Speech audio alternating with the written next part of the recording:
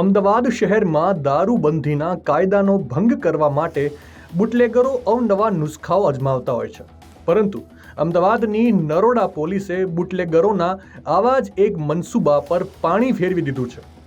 નરોડા પોલીસે એક શંકાસ્પદ કારને અટકાવી તેની તલાશી લેતા પોલીસ પણ ચોંકી ઉઠી હતી, કેમ કે આ વખતે બુટલેગરોએ કારમાં કોઈ સામાન્ય જગ્યાએ નહીં પરંતુ ગાડીના સ્પેર પાર્ટ્સમાં દારૂ છુપાવ્યો હતો.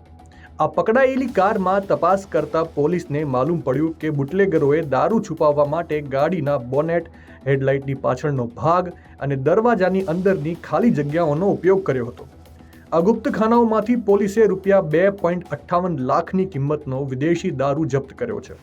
પોલીસને છેતરવા માટે આરોપીઓએ કાર પર ખોટી નંબર પ્લેટ પણ લગાવી હતી. નરોડા પોલીસે આ કાર્યવાહી દરમિયાન દારૂના જથ્થા સહિત હેરાફેરીમાં વપરાયેલી કાર અને અન્ય ચીજ વસ્તુઓ મળી કુલ ₹7.73 લાખથી વધુનો મુદ્દામાલ કબજે કર્યો છે. આ મામલે પોલીસે સ્થળ પરથી દારૂની હેરાફેરીમાં સામેલ 3 શખ્સોની ધરપકડ કરી કાયદેસરની કાર્યવાહી હાથ ધરી છે.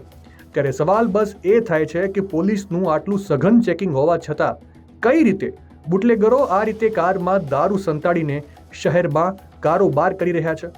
આ બાબતે તમારો શું અભિપ્રાય છે? કોમેન્ટ કરીને જરૂરથી જણાવજો.